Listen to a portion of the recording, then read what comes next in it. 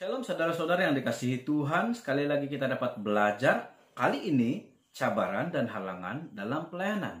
Berdasarkan Markus pasal 9 ayat 14 sampai yang ke-19.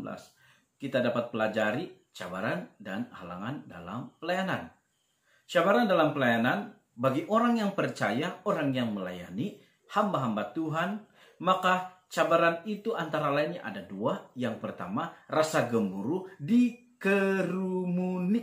Jadi apabila dia sudah rasa gemuruh, dia sebenarnya orang yang melayani itu akan mulai rasa gentar, hilang keyakinan diri, maka dia tidak dapat melakukan pelayanan itu semaksimum yang sebenarnya dia boleh buat.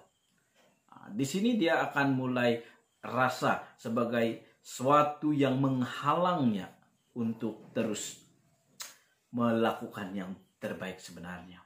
Yang kedua, banyak orang yang sebenarnya mengalami cabaran dalam diri apabila hadir banyak orang. Mungkin dia tidak dikerumuni pun, tetapi banyak persoalan-persoalan yang ditimbulkan yang sepertinya dia tidak boleh jawab, sedangkan dia sebenarnya boleh jawab. Karena apa dia tidak boleh menjawab? Karena inilah cabaran, merasa diri tidak dapat melakukan, merasa diri salah, merasa diri takut saja melakukan, memberi jawaban atau pendapat yang salah. Pada dasarnya orang yang melayani di dalam pelayanan, ia akan disertai oleh Roh Kudus untuk memberikan jawaban sesuai dengan keperluan yang dipertanyakan. Apakah halangan dalam pelayanan kali ini? Berdasarkan teks yang saya maksudkan, ada dua. Sesungguhnya yang pertama, orang yang akan bertemu dengan hamba Tuhan itu sesungguhnya dia datang melihat masalah lebih besar daripada orang yang melayani Tuhan.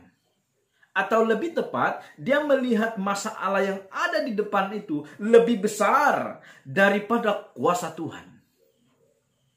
Ini akan bertambah sukar. Halangan ini makin tebal dan sukar untuk ditembusi apabila orang yang bertemu dengan orang yang melayani atau para hamba Tuhan itu sebenarnya tidak percaya. Apabila dia tidak percaya, dia hanya datang untuk menguji apakah para hamba Tuhan itu mampu.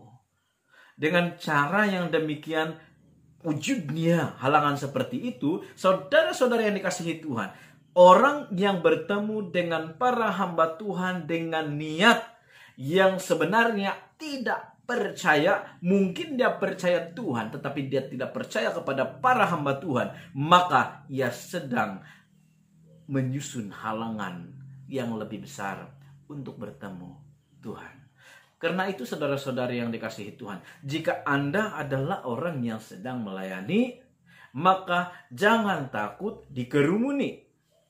Jika Anda sedang melayani, jangan takut dipersoalkan dengan soalan yang sulit. Karena roh Tuhan yang ada padamu lebih besar daripada roh yang ada di dunia ini.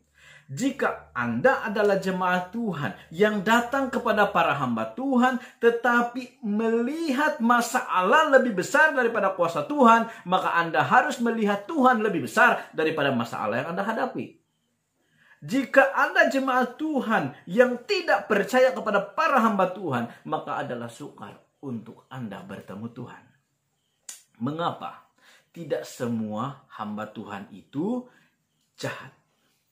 Kenapa saya katakan demikian? Karena pada pandangan jemaat yang tidak percaya kepada hamba Tuhan, ia melihat ada hamba Tuhan yang jahat.